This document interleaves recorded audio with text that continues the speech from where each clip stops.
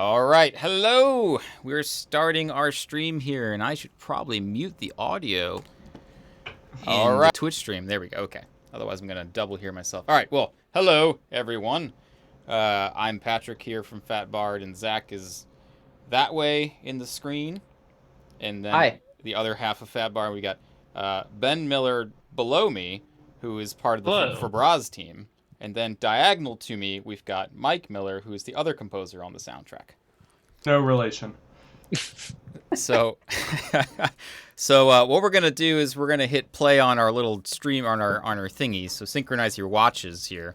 And I think we forgot to tell Ben about this, but we're just gonna hit play on this MP3 at the same time so that we can all kind of hear it in sync. So here we go. 3, 2, 1. Click the thingy. There we go. Okay. So, yeah, this is the first song on the thingy. This is the menu music. This one's weird because this was one of the songs that we were pitching, right? Oh, yeah. Yeah. So Fabraz reached out and was like, hey, maybe, try, we think you might be a good fit. Why don't you try, like, a song or two or whatever? And so this was, like, one of them. And Zach made something else, too. This one ended up actually staying, which is rare. Sometimes the kind of pitches you make early on don't always sort of make it to the final thing. So it was kind of cool to see that. And that was just a perfect fit for the game opening up. Yeah, it was fun. I got my wife to do some vocals on this, and then she kind of carried over into the game and stuff. So it was fun. It's fun to get her on that. I try to get her on stuff when we can, because she has. In this game, it's not showcased that much, but she has a really good voice, super good singer. So it's always nice to get her involved somehow. Yeah, we got a little bit in there at the end. Yeah. She has, and we'll hear it later in one of Mike's songs. She does a bit of a rap and some more singing and stuff like that. So you made your rap debut on this soundtrack. Yeah, it's coming later. Oh no. Yeah, I did it, and then I showed Anton, who's in the chat here, and I was like, "Is this any good?" Like, I don't know, right? He's like, "It's all right.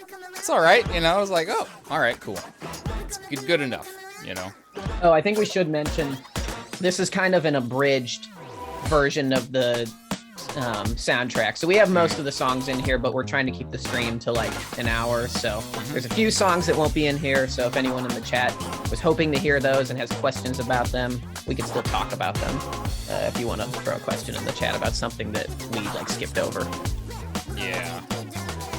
The bass is great. The bass is always good in my songs because I play bass, So that sounds like a stab. Yeah, if anything, everyone the most common comment I get from a developer is like the bass is too loud, or like it's something I notice as I'm making it. I'm like I need to turn the bass down because I'm just like I don't know. I'm just very bass groove oriented. Not for everything that we do, but definitely if anything, it's got to have a beat and a groove and a danceability. That's where I go. Well, Mike, you want to talk about... I remember when I first heard this song, I got very nervous about the rating of the game. And I was like... But it was fine. It was awesome. Thanks. So this is the music for the hub town, which is called Fork Town. So the track's called Let's Get Forked Up. I feel like I was also watching a lot of... what's that TV show that was about heaven? Ben, help me out. Oh, Good Place. The Good Place, where they substitute all of the F-bombs with fork, because you're not supposed to curse in heaven. And so it just seemed like a perfect time to put some dubiously sounding words in there. But yeah, a lot of fun. Yeah, I don't know what else to say. What else is there to say? There's 5 different versions of this track in the game that are, depending on which world you're in, that are basically the same thing. This is kind of the vanilla one, and then each one is themed after the world, depending on which environment you're in. Almost all these vocals are me, also my rap debut, unfortunately. Yeah. You should not hear these unpitch shifted. It was a good cohesion test for us, right? Because we had vocals, so it's like, okay, how are we going to make the vocals feel like they all belong together. So I remember hearing this and going like, oh, this is gonna work, right? Yeah. I was worried when we had I had my wife sing on it, and then because I don't think in the pitch stuff you were sending you had a lot of vocal stuff, or yeah, and so I this had was a little bit, but yeah, not much. it wasn't so vocal heavy, and I was worried that we would need to either have my wife do all the vocals or whatever, but I was glad we were able to kind of, and we're so processed anyways, we were sort of able to get away with it, you know what I mean? Yeah. Yeah, and I mean, I was constantly referencing what you guys were doing, especially when it came to doing the turf variations and the bosses, trying to pull in stuff that you guys were working on and different sounds that you had got to first and all that. So Yeah. I was definitely listening and responding to what you guys were doing. Yeah. We also do have some similar plugins that kind of help a little bit. We definitely use some Sound Toy stuff and A lot of some that. Native Instruments random stuff, but that stuff helped a lot. But yeah, I mean, we all sang on this and did stuff that was Mike's voice, this is my voice, just saying random stuff. I did a lot of lyrics and stuff on Yeah. a lot of the earlier tracks that I did. I was doing a lot of lyrics on. Yeah, just little things here and there, little kind of fun little catchphrases and stuff like Yeah. that. But I think I pitched myself up 2 octaves, whoa, you know. Question: how often did Mike and Fatbar coordinate and sync to ensure cohesion through the scoring process? Probably not often enough, but it was more we kind of just listened to what each of us were doing, and it helped. Well, and I think also Fabraz gave us a pretty clear direction in terms of what they were hoping for from the soundtrack. So they kind of funneled both of us into a similar lane, and then we each kind of put our own spin on it, basically. And yeah, I think we were also a little bit out of phase. I was getting to it a little bit after you guys had done at least the first tracks, but not the remix tracks. Yeah. And so there was kind of a pipeline where I at least got to hear what they were doing. And I think there's definitely some kind of cross-pollination that happened there. I feel like the orchestral hits were something that I was just littering everywhere, probably too much, that maybe then started bleeding out a little bit. And I was definitely stealing instrument vibes from the different turfs and stuff. Yeah, I remember I grabbed that. There's a Fairlight synthesizer orchestral hit. Yeah. It's classic. Oh yeah. So I think we were both using it early on. Just yes. I was actually using a blend of that. I was using that and Expand, the Pro Tools stock plugin has some orc hits, and I was blending all of those together. Yeah, I was just going to it was actually really hard to find orc hits. For whatever reason, I expected them to be everywhere. And then I just had one library that happened to have them, and I was like, we'll make this work. It's hard to find good ones, or the ones that you really you want to hear the one that sounds like the Fairlight, or if it's not that, it's it's approximation of it or whatever. And I remember reading an article about the Fairlight one. I think it's sampling Stravinsky. Yeah, I think so. Is it Rites of Spring or something? I think it is Rites of Spring. Yeah. The trick is that it scoops up. It goes whoop, and so when you play it at different pitches, that speeds up or slows down, right? So it has this really interesting feel to it. I don't know, that you don't get with the other ones. This is a remix of a Turf 2 song, and it features Kristen Nagus, who has done woodwind work on a million soundtracks. She's the she's the woodwind wizard. Yeah, she's awesome. But we asked her to do something very different though, because normally she gets something that's just scored out, and it's just already written. I was like, just do a solo. It's just do something. And she was like, I don't know, okay. But it turned out really well. She played alto flute on this, which sounds cool. Then we did some fun pitch shifting, it's one part, but we had kind of split it out. And so some of it is an octave down, some of it's an octave normal in the original pitch, and then there's also harmonies being created artificially. So it gives it a little bit more of an arrangement, instead of, because it's a long solo, right? So kind of gives it more interest. But it was fun to do. It was fun to kind of give her a bit of a challenge or just something different, you know. But yeah, we're pretty happy with it. It's also just kind of a nice like textural variation from like everything else that goes on in the soundtrack. True. Yeah, it was kind of fun to do some instrumental collabs, and we obviously did a lot of like vocal collabs as well, but it was cool to do a little bit of that. It was fun to just do collaboration in general on this. I think about halfway through we were doing more of the remixes of Turfs, and we were like, well, what if we try to introduce like somebody else to come in and like do something on this, right? I think it added a lot to the soundtrack, gave it a lot more variation and interest. Yeah. So it was fun. Oh yeah, absolutely. Yeah. It just gave it like the really like just stuck out when you got those sort of huge variations and steps out of the norm.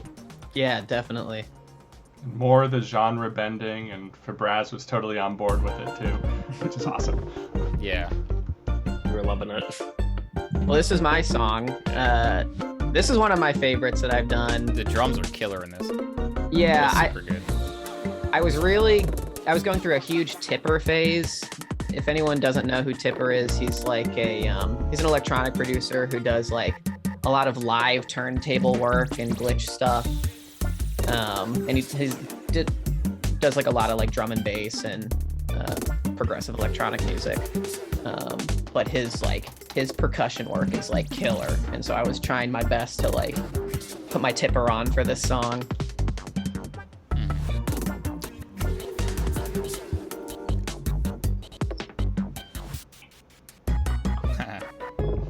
Key change.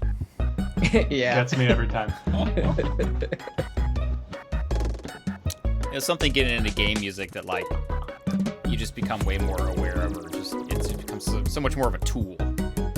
It's like, you know, just doing corner, I don't know, whatever, like folk, rock, pop, whatever. It's like you just don't, it's just not a thing you do. Or if you do it, it's incredibly cheesy, right? The double chorus at the end of a pop song, right? The Barry Manilow. Yeah, it's like the last chorus, you go up a whole step and you raise the whole song, right?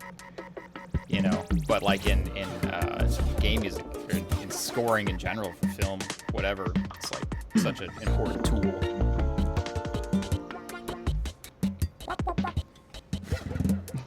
There was also, I was doing like some like kind of glitchy stuff here, but I didn't, like for a lot of the remixes, I was like manipulating the original audio of the song, but for this one, there's none of that. It's all like, I have plugins that have like glitch effects and stuff, and just the way that I like placed the MIDI notes, I tried to kind of create those stutters.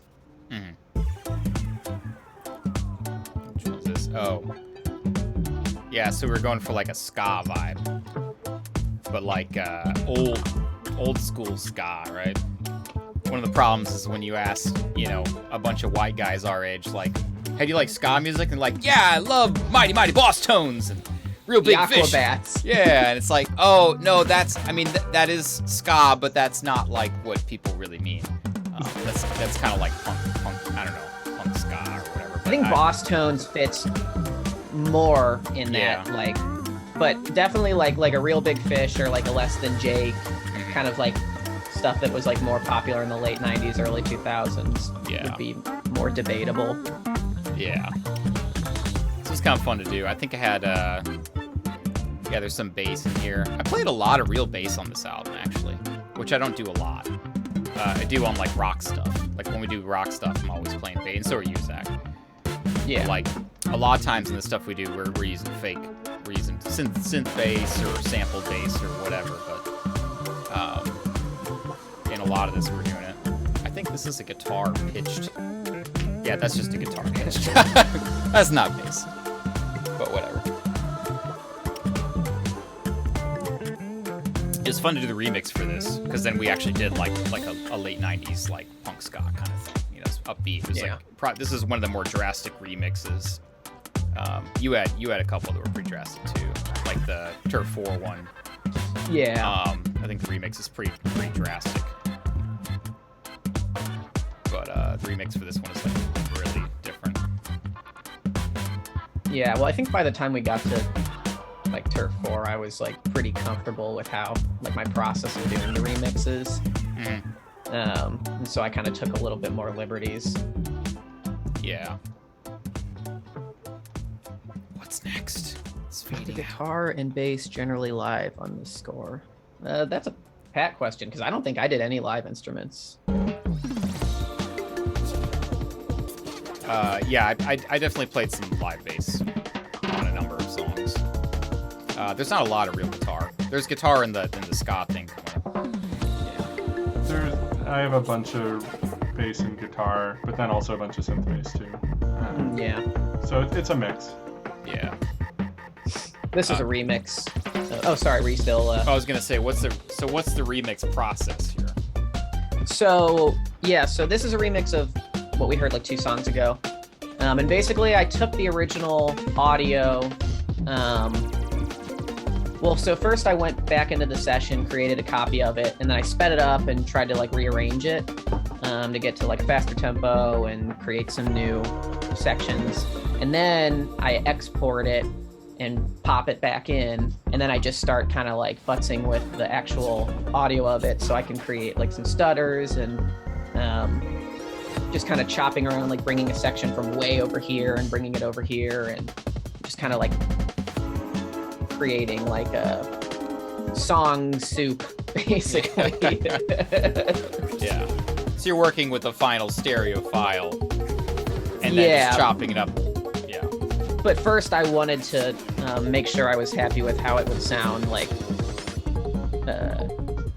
in like MIDI and stuff. So I wanted to like up the tempo in the actual session before I did it, like instead of imposing the tempo onto like a wave file, basically.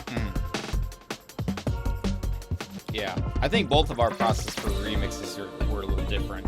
I definitely still did take a lot of audio exports, but I did it more with stems, like sections that I would then like chop up, and then I would keep a lot of actual instruments and tracks and stuff like that, whereas I didn't necessarily like do it all and then make a final stereo thing and then butts like that. Yeah. That's a great part of a remix is you can do like whatever you want. Yeah, I think it was my first time really doing remixes. I mean, especially of my own songs, but I don't think I've ever done a remix of anything really. So it was like a cool experience. Here's the 90s ska. But it was kind of fun. Yeah, so there's guitar in this. This is live. I remember. I feel like I was the one who like really pushed you to do this because I was like, we have to get Ska Tune Network to do I think you something. I was like, we have to write a ska song and put Ska Tune Network on it. Yeah. Yeah. So there's fake horns in here, but then, then they added on, I think two parts to it, and then I just replaced the old, sampled instruments. Especially with horn stabs, stuff like that, just adding in like one real brass, it just really helps so much to make it sound a bit more real, Yeah. And then I just said again, I was like, here's the chords, just do like a solo. It's a really good solo. Yeah. Yeah. There is an octave down or something like that. Just kind of futzing around with again. Just a little bit of arrangement. This one's not so heavy compared to the woodwind solo in terms of like editing. This was fun because they played off this, so I like that. Because I don't think I asked them to actually solo over this part, but then they did a nice little call response thing. I was like, yes, awesome. So cool. This is a callback to the melody of the original version. But yeah, this one was pretty different compared to the original, which was kind of fun. We have a lot of those splashes, don't we? Yeah, so there were like high warble risers and impacts and stuff that just kind of made their way onto pretty much every song. Yeah, I think we created maybe like 6 to 8 of them and just sort of reused them in different ways all over the place. Well, it's a fun way to like give the soundtrack its own like character without like outright changing all of the instruments. Oh yeah, Anton's saying the risers, hits and stuff like that. Oh, I mean, yeah. it's all about that. Like, usually I'll compose pretty far in and then add them. Sometimes I'm adding them like as we're making it. Oh, here we go. This is the most ludicrous thing I've ever written, or maybe second most ludicrous. At the time, it was. So this is a boss battle. This is a giant demon crab pirate hermit crab with a castle for a shell and a stuffed parrot for a parrot. And you're trying to take over his pirate turf. And so this is a 3-phase boss battle against this, at first, jolly, goofy crab demon. And so a lot of what I was in charge of was doing these kind of epic boss battles, and I insisted that we do something dynamic music with it, which also meant that I had to convince them to let me write all the code to do that, because we weren't set up to do that. Yeah. So I wrote them a little music engine, and then wrote, this is, I guess, the second of the boss tunes. And so it's in 3 parts. First half is kind of jolly, then it becomes angrier, and then it just loses it. These drums actually are Zach's bandmate, right? Yeah, Max, my drummer. Yeah, so just another way that, like, not direct collaboration, but indirect influences on one another. So I was like, hey, do you guys know a drummer? I want to do this crazy metal drumming thing. Spoiler. And he connected me with Max, who was awesome. Yeah. So this is now the second phase of the boss battle. Well, I remember you asking, do you know any drummers? And I'm like, well, Max is always my go-to, but I'm like, well, for what style? And you're like, metal. I'm like, oh yeah, I know the guy.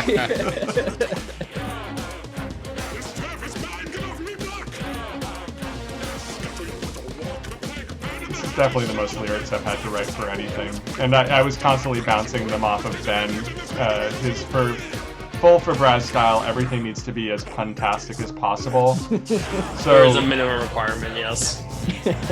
I tried to cram as many in as I could, so it's like they're Ludin and Plunger in 10 feet down under the sea, which is a crab pun. His crabs have 10 legs, so they're 10 feet down under the sea. It's like, it's really bad. Oh my god. I think I missed that one, actually. Yeah, crabs, they're decapods. Sign up for crab packs. I got them all here now. Or just decapods. Yeah. Must have been a very satisfying Google search for figuring some of these out. It was. It was. Also, I couldn't speak for a day after singing this. I was just like screaming into the microphone. And then trying to do like different cartoony character voices for all the crew. Yeah. Asked for help. I tried to get the Fabraz guys to sing. I was like, do you guys have microphones? And they're like, no.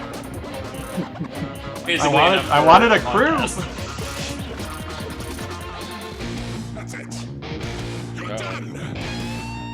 Here we go. This is when things get angrier.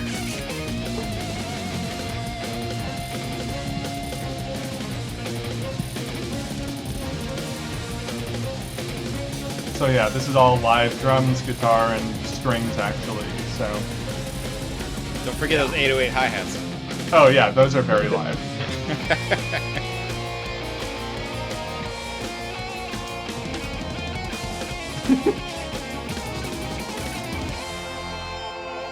Great Tom Strawley on the guitar and bass.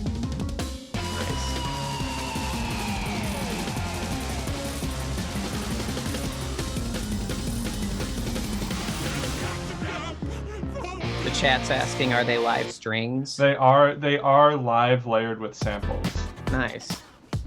So had a player who did the violin and viola and cello parts. Cool. And then just kind of layered in there against the samples to sound thicker. This one's mine, and since it's for an area that's kind of like very urban and city and like sleek and nighttime and all that stuff, I wanted to go with something that was like kind of like 90s house inspired, and I was really into like Underworld at the time. I was like listening to this one Underworld album a lot, and so I was trying to kind of create that sort of. They have a lot of really cool, like very simple but effective beats, and I was kind of trying to go for that sort of vibe, plus like the extra like weirdo sounds that we have in the soundtrack. The piano bit is my favorite thing. Oh yeah, by far. That's the part I cribbed. I have this funny, because I'm not a pianist at all, but I have this funny like way that I can get good solos and stuff. Basically, I'll hit record and I'll just mash keys in the like velocity that I want. Like I'll do a solo on just nonsense notes, but I'll do it on the velocity and rhythm that I want, and then I'll drag them to the notes that actually make sense. That's a strategy you have just for just rhythm stuff in general, like chord stabs and stuff. You do that a lot. Where you just kind of mash some notes to the rhythm, like bap, bap, bap, you know, whatever. Yeah. It kind of. I think it can be useful.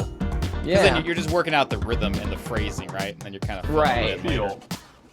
Yeah. I think that could be a useful tool for sure.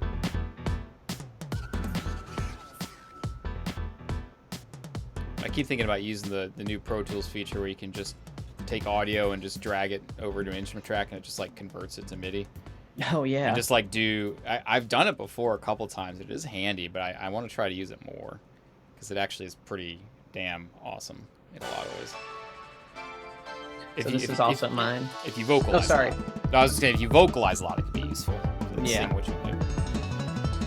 This one was so I wanted to do like, so Ivy and Slash had kind of come out with their big like digital fusion thing, like their like digital, I guess you could call it like almost like a manifesto, where they kind of declared the genre. And I wanted to this was like kind of like right around when that happened, and so I wanted to like put my own spin on it. And I was listening to a lot of library music, like 90s library music. And there was this one guy whose artist name is Gary Sanctuary, who has this album that no one's listened to except for me.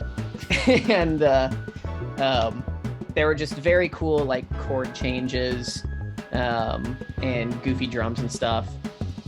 And so I really like the chord changes, and I kind of took that similar idea and applied it to this. And I wanted to do like a drum and bass thing too, but not like in an obvious way. Because like normally with drum and bass, you've got like pretty typical like analog recorded and sampled drums.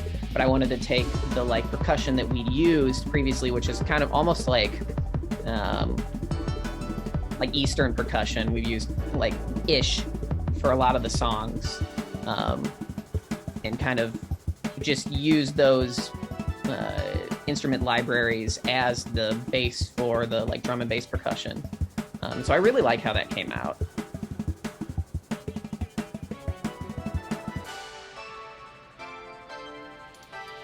You doing fourths there? Oh yeah. I love those fourth chords, right? Which is nothing but fourth stacked.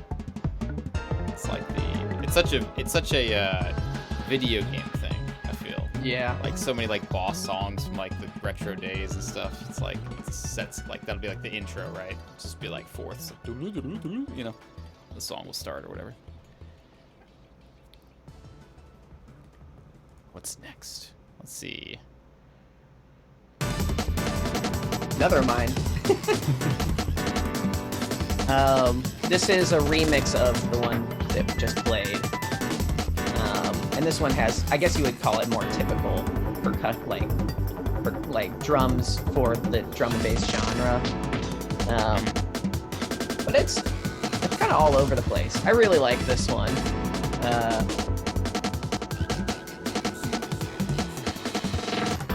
I spent a lot of time on effects that were like on the final audio file, basically, or like on my like final output, basically. I wanted to like get very detailed with like filter sweeps and how those play with like the contour of the drums. So like when you get like a little drum fill, there's also something going on that like sweeps up into like a resonance peak and stuff like that. Basically kind of playing the effects in the same way that the like music is playing. It's a back-to-back Zach special, as Alex is saying. The Turf 3 was the only Turf that Zach did all of the music for the levels, I should specify. Usually we were kind of splitting up in some way, but this one you ended up doing mostly because we were just kind of, we always try to like even out whatever work we're doing on a project. We usually try to do equal share. Sometimes ends up being lopsided where one of us will do more music if we're also doing sound design. Someone, you know, maybe I'll do more sound design, you do more music or whatever, vice versa. But in this case, it's because I think I was doing the title and the arcade stuff because you ended up getting more turf, turf action. But it's kind of cool because it skipping all of Turf 1, didn't we? Yes. Yeah, there was no Turf 1 music in this. We were trying to just think of things to cut and stuff like that. Turf 1 was well, I think for everybody, it was kind of one of the earlier things, right? And as with the typical thing with the composer, right, it's like, you know, you always end up liking the newer stuff more than the old stuff, right? We were trying to figure it out as we went, and we settled on something, I feel like, a little bit later in. Yeah. Yeah. No, we did play one Turf 1 song. It's the one with the flute. That was the remix, yeah. Oh, hey, it's my song again. Yeah, we kept all the Turf 3 stuff. I mean, these 4 songs could be like their own little like EP, you know? They all have a very specific identity, which is cool. Yeah, I was definitely like feeling something when I was working on all 4 of those. This one's, I think maybe I was like wanting to try and do something not drum and bass for a second, because I was doing a lot of like crazy rhythms and I wanted to do something a bit more just like classic dance, but still like cool chords and like fun E keys and stuff that sounds like Rainbow Road. Yeah. These ones are interesting too because they rely a lot less on vocal stuff. All the Turf 3 stuff. Oh, you know what's funny about this one is Black Screen Records put out a like a couple months ago. They put out a little like teaser of the vinyl, and it was this song, and someone was like, "Oh, it's Phantasy Star," and I didn't comment on it, but like, first of all, I've never played or listened to Phantasy Star Online. Or is it Phantasy Star Online or like the original Phantasy Star? It's gotta be Phantasy Star Online. Yeah. That's got this kind of soundtrack. But I think I tweeted something like, I can't remember the context, but basically like, no, I don't listen to Phantasy Star Online soundtrack. I'm just way too into library music. Yeah. It's got like FM synth vibes and like classic keyboard. Yeah. Keyboard workstation sampler kind of stuff going on, you know. Yeah. That like that hard piano sound. Yeah. You know, is a big part of it. For sure. It's like so fakely hard, you know? Like no piano sounds like that, you know? All attack. Yeah. We got a question. What DAW did you all use for this project, / what were some of your favorite plugins to use? So we used Pro Tools. Pat and I used Pro Tools. And for this one, I can't remember what my favorite plugin would be for this. Actually, Battery, which is it's like a percussion and sampler thing.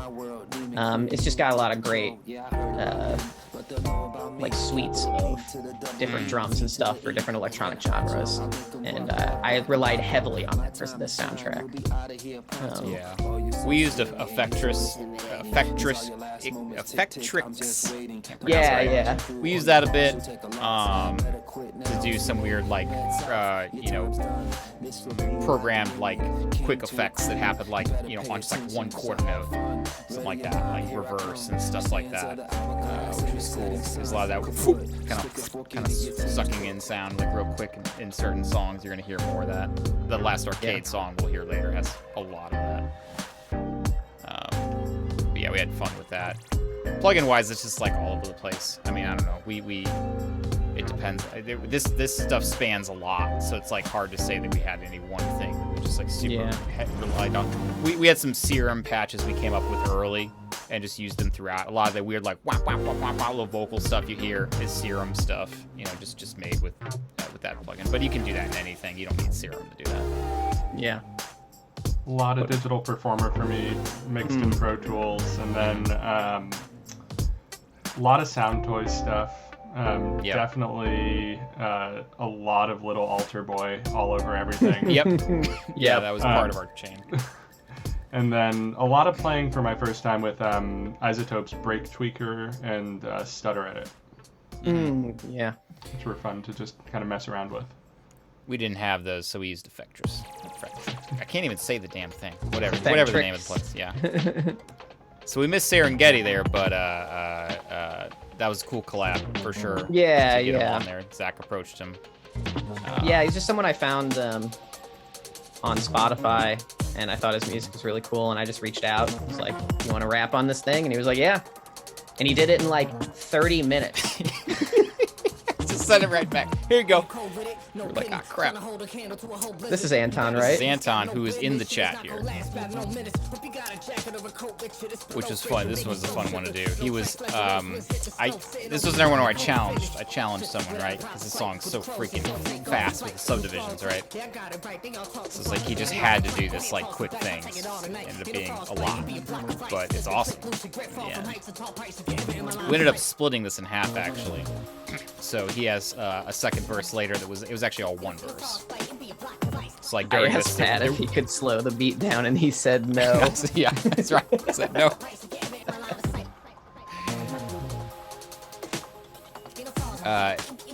Yeah, Little Alter Boy is how we got the higher pitch sound. It was a combination of like Little Alter Boy, some distortion saturation plugins, and like some slapback short delay. And we use Phasis, which is a phaser from Native Instruments, a little bit as well. Yeah, my chain ended up being pretty similar, and not just for the pitch, but also for the formant shift, especially for male vocals. Yep. I think mostly on your wife's stuff, it was mostly a little bit of pitch, but mostly formant shifted. Yep. Yeah, Beeb's voice overall is more of just like, I think it's maybe one semitone higher, and then the formant is like maybe 3 or something like that. It's the formant's going up a little bit more than the actual pitch. But yeah, it was a good idea. We showed this to Fabraz, and they were like, "This is cool, but why don't you split the rap section up?" Which I think worked out really well. Kind of like split it in half, and then put a little interlude in between, and kind of like use some of Anton's vocals and chop it up in that in between part. Kind of gave it a little more longevity. I think it worked out better. Yeah, especially when you're listening to it on loop. This one's a remix of the Serengeti song. I can't remember how I did this one. I think it was a pretty similar process to my other remixes. But I really liked the I came up with some like kind of funky synth stuff at the end of writing the Serengeti song, and I wanted to kind of play that up on the remix, basically. There's also a really fun key change that I have in here, like about halfway through the song. This one's interesting because like the original song is slow and it's like got this odd hard swing to it. It's like, yeah. And then when you speed it up, almost as straight. Yeah. but like not quite. It's very it's like cool. Yeah, off kilter. yeah. Yeah, so that transition is something that I really could have only done by just chopping up the audio file. Anton says we're using the word remix correctly. It's refreshing. I don't know, but I guess we are. I'm glad. Anton Yeah. seems to be a scholar on that sort of stuff, so I'll Yeah, take his yeah. word for it. Yeah. Here's the key change. Oh, there we go. Just that one little chord. Yeah. I don't even remember what that harmony would even be. Was that like a sub 5 or something? Like Sure. a dominant chord a half step above where you're going. If you say so. It's called the Tritone Substitution. Yeah. Oh, it actually might be. Yeah, it's like it's like flat 2 dominant chord, like leading into 1. Because it's got like almost all of the same notes as the 5 dominant chord. Yeah. It's just like a 1 note swap.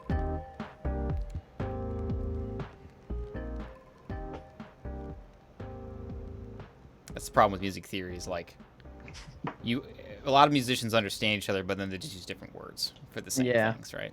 Especially between like the jazz and classical world. Oh yeah. I don't talk to classical people. Is it a minor 7 flat 5 or is it a half diminished? Yeah. Oh, All here we go. right. Here we go. So, yeah, we're getting into a long portion of endgame music. So it all gets a little bit heavier here. This is like weird. This is calling forward to the boss battle that comes later. But then it's also throwback to like 90s pop hip hop. And like, yeah, you'll hear. I love the vibra slap in the beginning of the song. It's How very often do you get to use that? I know, it's so bold. Yeah. It's like I'm not brave enough to use it. I'm too scared, you know? It's like Cake. Cake's not afraid. They do it on every song. It's like part of I their used the sound. vibra slap on Lover's Lane when we were doing Big Bucks. Did you? Oh yeah, you did. Mm-hmm. You guys did everything on that album. Yeah. Played guitar through a Leslie. You did all this stuff.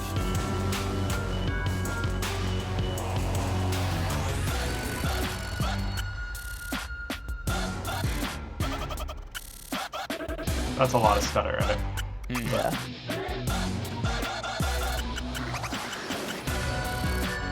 Yeah, to be honest, I think the reason why we wanted to get something that was going to do something like that, and we ended up getting Effect Tricks because it was just like the thing we found. But I think actually we have stutter edit now, don't we? I thought we got some I think we have stutter edit now. Yeah, But we didn't at the time. It's Yeah. stupid fun. You just play random keys. You have no idea what's going to come out. Yeah. And it's different every time. Yeah.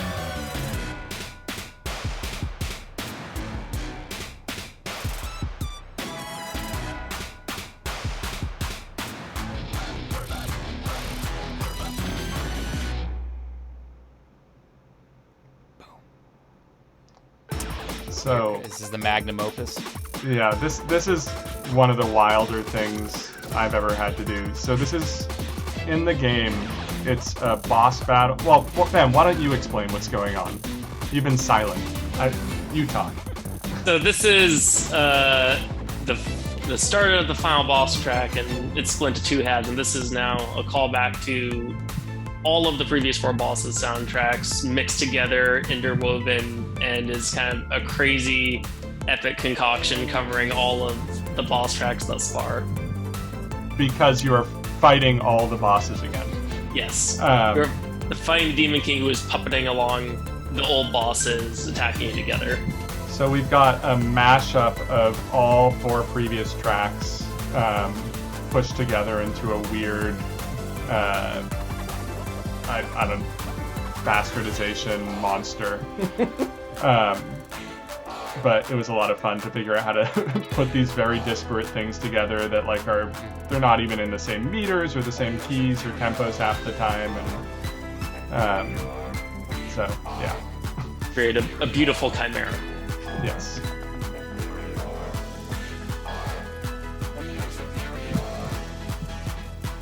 What are you using for the pitch Golden vocals? Lem voice. Oh, so that is all. That was all Isotope vocal synth. Okay. With a bunch of effects, but it has a bunch of built-in effects as well. Yeah. But yeah, not a vocoder, but kind of functions like one. Yeah. Were you Yeah. feeding MIDI notes into it? Yes, I was feeding Yeah, MIDI into it, and I was also feeding a synth signal in, plus the vocal signal. Cool.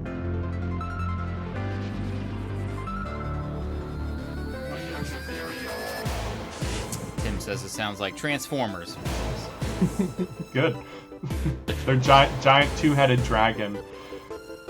It was appropriate. I think in my head it was like, can we do Transformers Daft Punk? Yeah. And they're voiced by. Oh yeah, we did That. the voices. I forgot. We did like the actual like dialogue. Zach and me did the Initiate voices. challenge mode. Yeah, we each did one of the voices and said them at the same time, but not quite exactly the same. So it kind of has and did different effects on each of them. So kind of like kind of worked And then out. I had to mimic that myself, Ah. imitating your vocals. So there was a lot of me trying to pretend to be other people. Yeah. This track, Forgot about that. yeah, this track came together actually over about a week. It was helpful as a lot of it was really I just imported the entirety of the 4 sessions for the other tracks, like all the MIDI tracks and their instruments, Yeah. and literally was just checkerboarding them and throwing them on top of each other and transposing them to make it all work.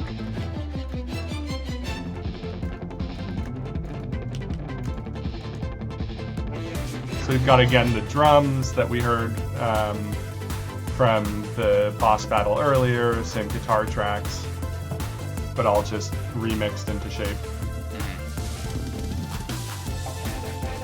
Yeah, navigating this project would be fun. Nightmarish. 'Cause Yeah. it's 10 minutes long in the end, and the tempo changes a bunch, and yeah, it's a behemoth. And I wasn't working in a template at this point for this project, so it was like kind of growing organically as I went from track to track. Yeah. Oh, thanks.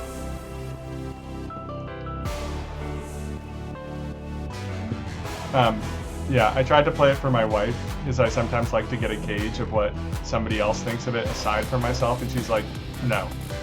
She's just like, I don't want to listen to this. And I was like, but you have to. This is too crazy. So now we are in phase 2 of the boss battle. We get a little cutscene now that you've defeated all the 4 shadow baddies.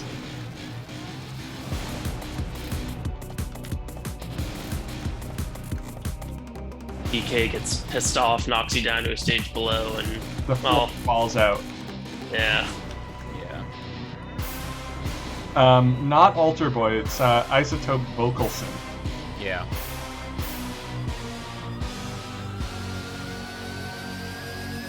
And then, so this is now a remix, reinterpretation of your guys' title track. With your melodies and bass line, but just somehow transformed into Final Countdown, I guess. Yeah. I was gonna say, ba-da-da-da-da. But it's all your melody, it was just different. Yeah. It reminds me of our 2MD soundtrack. Yeah. We did a Football. soundtrack for a VR football game, and they wanted football music, which is like, Yeah, exactly. Yeah.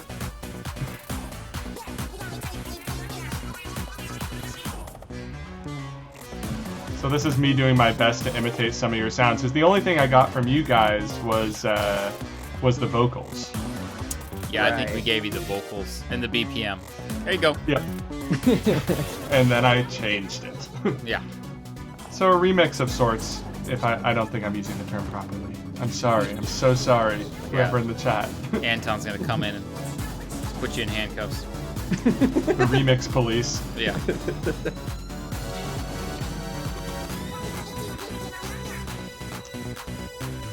And then I told, so this is headed into the last phase of the boss battle. I told them, like, we need to feel good at the end. Like, it's been a hard fight, Yeah. but we need to have like the anime finish. And I kept on referencing the Lego Movie song at the very end. I was like, how can we make this as manic and ridiculous as possible? So this is then it mashes up again the main theme track from you guys, plus the Forktown melodies, plus then we get Beebs to actually sing some stuff. Yeah, here it is. This is so 90s. Yeah. The whole, I mean, that's a big part of the soundtrack for all of us. My wife's Yeah, for entire sure. approach was like, I'm a Spice Girl right now. That's exactly what was in mind. Yeah. I snuck my wife into the vocal call and response stuff too. Oh, nice.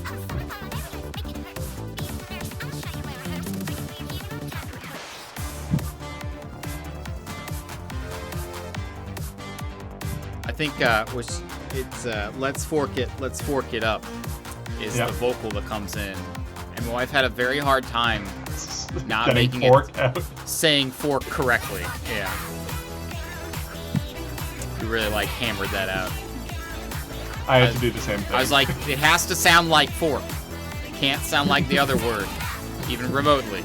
We gotta like make sure it's like enunciated.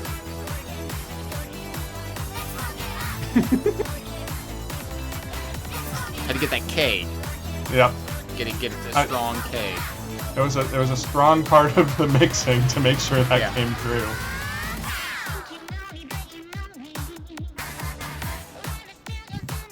I was very glad to have very clear lyrics set up for if like AJing stuff ever came up.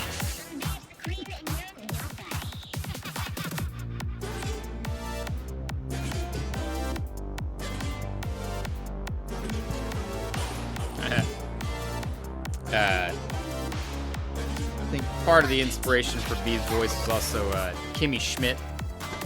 You ever seen that I can show? see that. Yeah. The Talk bubblegum like vibes. this and be spunky, you know. Yeah, yeah. Oh yes, the strong R is pretty important too. Yes, and fork. I'm not even trying to say it. I'm just avoiding saying the word because there's a risk that I will say it wrong on stream. You're bold. Fork. Fork. Yeah, we're gonna get demonetized. Yeah. Okay. We're monetized. Damn. Where's my cut? Yeah. I don't think we're monetized.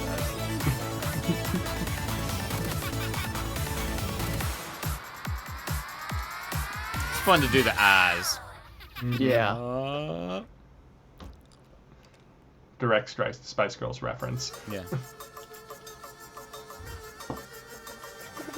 This is kind of a fun bookend to the album. This is not the last song, but it's fun to like have it be the original version at the beginning, and then this one at the end. This one has a lot of chopped up drums, stuff like that.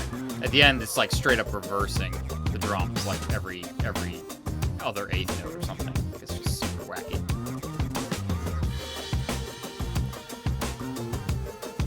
But yeah, this has live bass. And this one, I do a little rap, which is fun to do. It's fun every now and then, just like try to do something you know you're just never done. You're just like whatever. Let's just see what happens. Yeah. You know. It's usually when the exciting stuff comes out. Yeah. You never know unless you try. Surprise Right? yourself. Yeah. Yeah. Yeah, there are a lot of firsts on this. Yeah. I mean, it helps to have a very processed voice, right? I don't think you want Just to to hear hide me. behind it. Yeah, you don't want to hear my normal voice doing this. There's a demo of me doing. I mean, you heard the demo. We heard of it. me Yeah, doing we the heard it in the vocals. Discord chat. Yeah, when I think Forktown, right? Well, that and the one we just heard, because your wife had the mock-up. as a Oh yeah, reference. yeah. But that can never get out. Oh, fine. No Demon Turf Unplugged. Nobody wants the blurted version of the soundtrack, which is removing all the effects from the vocals. Nobody wants that. That would be a bad idea. This part is a lot of effector kind of stuff, like making it, just getting that kind of like bass line stuff, which is fun. Help my abilities to write a tune like this. I mean, I played bass a lot. Like, I'm a guitar player, but I do play a lot of bass. I played bass in a lot of bands, played bass in a lot of people's records, because I used to do audio engineering for many, many years. And like producing people's albums, and I ended up playing bass with a lot of like singer-songwriters who want to flesh out their stuff. So like, yeah, I learned how to play like bass, not just like a guitar player who plays bass, because that's not the same thing as a person that's like a bass player, right? So that helps a lot. And I just love funk music, so like, you know, worked out. I love this song. This is so like 90s. Yeah. So this is the victory track at the end of when you beat a level. Seems like a fitting end. That part. That's the best. You want to be a Pokemon master. Most of the vocals are me, but that one I found just in like there was something joyous about finding bad samples in my like stock sample packs. Yeah. And like digging through them for like the corniest thing to throw it back to. Stock samples with like actual like vocals on them are so funny. Yeah. Yeah. Well, I think that is it, folks. That is the end of the soundtrack. I better stop playing this before something else randomly comes up. It gets into the stream, like Mike's original part for the for the end of the Magnum Opus. But well, awesome. Yeah, that was fun. It's fun to listen through and kind of just talk about process and how we did all of it, and you know, this was a fun album because it was a collaboration, which we haven't done that much of before. Definitely not to this scale. Yeah. So it was really fun to do and to kind of play off each other and to, you know, have some communication about it, and even do stuff like be on the, you know, like do some parts for each other, like, you know, my wife hopping in on the Magnum Opus song at the end for the rap and stuff like that. It was kind of, you know, fun to work that way. So it was cool. It was a fun opportunity, and we tried a lot of new things, of all of us, Mike and Zach and myself included. And so it was fun to work with Fabraz and Ben here, of course, just to kind of like, it was fun to work with someone that was like, hey, can we try this? Like, yeah, you can. Just like do it. Let's just see what happens, right? Because I think that the soundtrack just wouldn't have been as good without that sort of freedom and just go ahead to just kind of like try whatever, you know. You want to try this style? Yeah, sure. You want to have a, you know, bring in these people to collab on it? Like, sure. Like, let's just have like some legit rap just like in the middle of a song for no reason, just because it's cool, you know. So I think it made the soundtrack so much better, you know, to have that huge variety, you know, instead of us just kind of playing it safe on everything, right?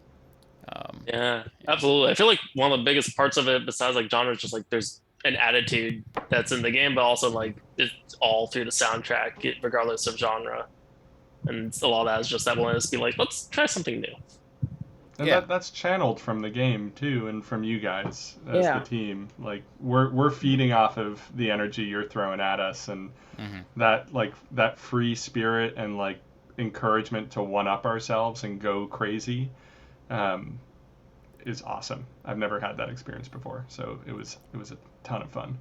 Yeah, and likewise, I mean, like a lot of the levels were built like halfway through getting the tracks, and then like that feeding into the design of them, and like the feel and tone and aesthetic that the game was building up as well.